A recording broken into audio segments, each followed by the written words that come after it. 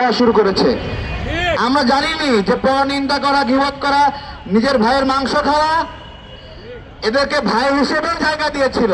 এখন ভাই হিসেবে জায়গা দিয়েছে, সে এখন মাংস খাচ্ছে।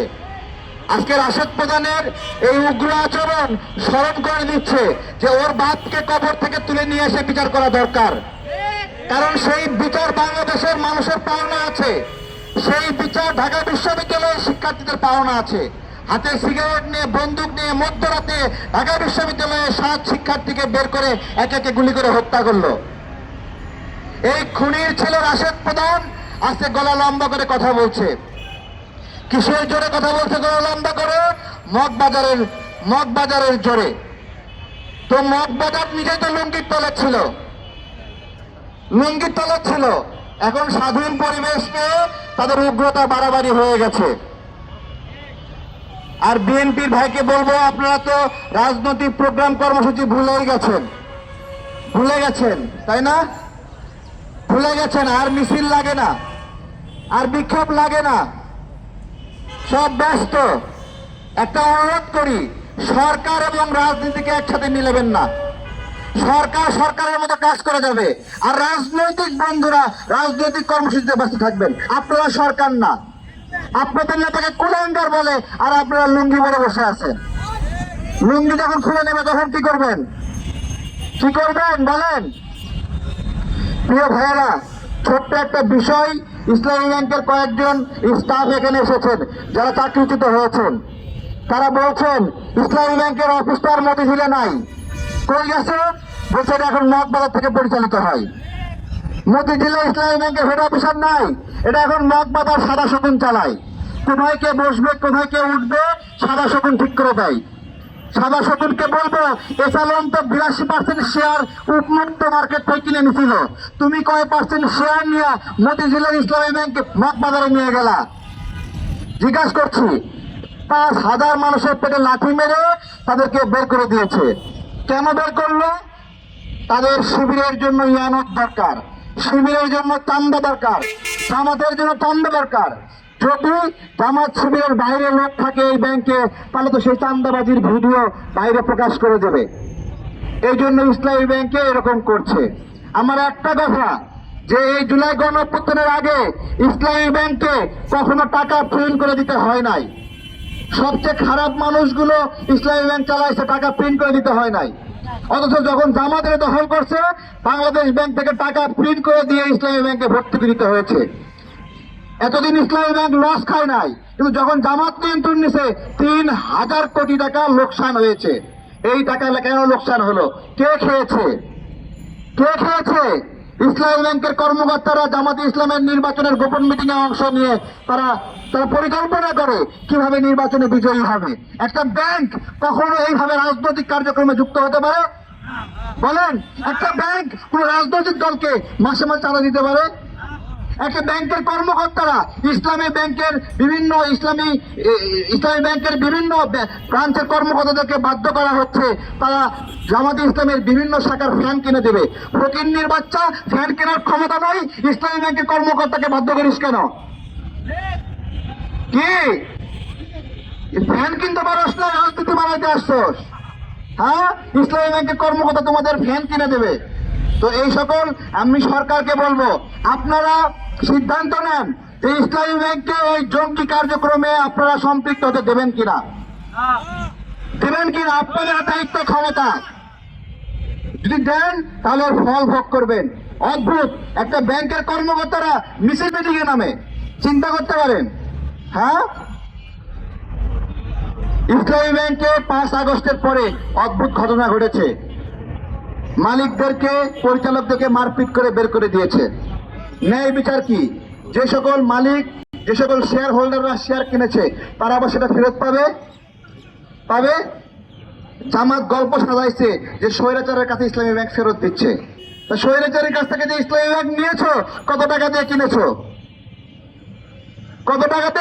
যে ইসলামী ব্যাংকের মালিকেরা যাচ্ছ? সারা বাংলাদেশে উগ্র রাজনীতি ছড়াছড়ি ভাই শুরু হয়েছে সেই সাউয়া ছেড়া দিয়া। বলেন, বক্তব্যটা অনেক সুন্দর ছিল নি? ভাল লাগছিল নি শুনতে? হ্যাঁ, বলেন সেখানে ও ছিড়বে আর একজন ছিড়বে, ভাইরাল হওয়ার উপায় গালিগালাজ, গালি দিয়ে ভাইরাল হতে চাই। রাশেদ প্রধানকে কে চেনে? কুলাঙ্গার বলে ভাইরাল হচ্ছে নাকি? আর এক সাউদা বিবি, সে প্রধানমন্ত্রী আর তার মেয়েকে বলতেছে স্বামী স্ত্রী। হ্যাঁ, দুটা চটকান পাওনা ছিল নি? বলেন, পাওনা ছিল নি? পাওনা ছিল? তাহলে এই বেদবিগুলো সমাজের মধ্যে ছড়াই দিচ্ছে। কিভাবে ছড়াই দিচ্ছে? ঘরে ঘরে তালিমের নামে জামাতে ইসলামের কর্মীরা যাচ্ছে, আর আপনার মা বোনদেরকে এইভাবে উগ্র বানাচ্ছে, এভাবে সমাজ বিদ্বেষী বানাচ্ছে, এভাবে ধর্ম বিদ্বেষী বানাচ্ছে, নাম দিয়েছে তালিমি কার্যক্রম। তাহলে এই সাউদা বিবি মেয়ে আর বাবাকে বলে স্বামী স্ত্রী, নোংরা কথা বলে প্রধানমন্ত্রীকে। ও তালিমের মধ্যে যে কি শিখাবে বাংলাদেশের মেয়েদেরকে? বলেন, ও যে হিজাবটা পড়ছে, ও তো চরিত্র ঠিক নাই। বাবার মেয়েকে স্বামী স্ত্রী বলে, ওর চরিত্র কি আছে? ওর হিজাবটা খুলে চেহারা দেখানো জরুরি ছিল কিনা বলেন? বলেন, হিজাবটা পয়লা আছে, তারপরে কারে কোনো গাড়ি বাইক কোন রাস্তার মধ্যে বসে থাকে খদ্দের ধরে, তার কোনো প্রমাণ নাই। ও আব্দুর রহিমের মেয়ে, জব্বারের মেয়ে, শফিকুরের মেয়ে নাকি গোলাম পরোয়ারের মেয়ে চেনা যায় না, কারণ হিজাব পরে আছে। এইভাবে সমাজের মধ্যে বিদ্বেষ ছড়াচ্ছে বন্ধুরা, এইভাবে সমাজের মধ্যে উগ্রতা ছড়াচ্ছে। ফেসবুক খুললেই অমুকের পুত, অমুকের পুত, অমুকের পুত, জারজ, দালাল এগুলো ভরে ফেলেছে। মুক্তিযুদ্ধের পক্ষে কথা বললে জামাতে ইসলাম বলে ভারতের দালাল। ওদের বাবারা রাজাকাররা যখন আত্মসমর্পণ করেছিল তার আগেও বলেছিল মুক্তিযোদ্ধারা ভারতের দালাল।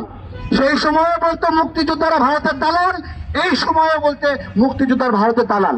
আরে বাবা, আরে স্টুপিড, মুক্তিযোদ্ধারা যদি ভারতের দালাল হয় তাহলে শফিকুর রহমান নিজেকে মুক্তিযোদ্ধা পরিবারের সন্তান পরিচয় দেয় না কেন? বলতো ওর কাছে তো রাজাকার সম্মানের, তো বলতো আমি রাজাকার পরিবারের সন্তান, বলতো, তা বলে না কেন? পরিচয় দিতে ভাল লাগে মুক্তিযোদ্ধা পরিবারের সন্তান, কিন্তু মুক্তিযোদ্ধাদের মঞ্চে আসতে ভাল লাগে না। মুক্তিযোদ্ধারা মঞ্চে উঠলে মব সৃষ্টি করে, মুক্তিযোদ্ধারা প্রোগ্রাম করলে সেখানে গিয়ে মব সৃষ্টি করে। আমরা তো বাপের জন্মে দেখি নাই কোন রাজাকারকে জুতার মালা পরানো হয়েছে, বাপের জন্মে দেখি নাই কোন মুক্তিযোদ্ধাকে লাথি মারা হয়েছে, কিন্তু এই 5 আগস্টের পরে জুলাইয়ের নাম দিয়ে মুক্তিযোদ্ধাকে জুতার মালা পরানো হয়েছে, মুক্তিযোদ্ধাকে লাথি মারা হয়েছে। ধিক্কার এই রাজনীতি, ধিক্কার এই সমাজ ব্যবস্থা যেখানে মুক্তিযোদ্ধাদের সম্মান করা হয় না। আজকে দেখছেন না বড় বড় বিল্ডিং, সচিবালয়, সচিব আমলারা কার ছেলে? আপনার ছেলে, আপনার বাবা, অমুকের সন্তান, তাই না? কারা এরা? বাংলাদেশের সন্তান। পাকিস্তান আমলে এই সচিবালয়গুলোতে বাংলাদেশের কোন সন্তানের কেয়ানি হওয়ার ক্ষমতা ছিল না। সর্বোচ্চ জুট কোম্পানি, জুট ফ্যাক্টরিতে গিয়ে একটা অনার্স মাস্টার্স করে বলে আমাকে একটা লেবারের কাজ দেন। এই ছিল পাকিস্তানি আমলে বাংলাদেশের অবস্থা। যাদের কাছে পাকিস্তান ভালো তারা তো ওই রকম চায়, আজকে তেলের সংকট নিয়ে ছোট্ট একটা কথা বলি। এর মধ্যে বসে আছে জামাতের অফিসাররা, ওই পেট্রো বাংলা তেল কোম্পানিগুলোতে জামাতের অফিসাররা বসে আছে, রেশনিং সঠিকভাবে করছে না। বিএনপিকে বলবো, কয় টাকা সরাইছে? জামাতি অফিসারদেরকে রাইখা, ইউনিসের রেখে যাওয়া অফিসারদেরকে রাইখা, ওর চেয়ে আওয়ামী লীগের অফিসাররা ভালো। আপনি যদি, ওরা অন্তত আপনাদের বিপদে ফেলবে না এই মুহূর্তে, কিন্তু জামাতি অফিসার যেগুলো আছে জায়গায় জায়গায় তেল নিয়ে ষড়যন্ত্র করছে। আমরা দেখেছি না, জামাত নেতার বাড়ির মধ্যে তেলের ট্যাঙ্কার দেখছি না আমরা? দেখছেন না আপনারা? দেখছেন না?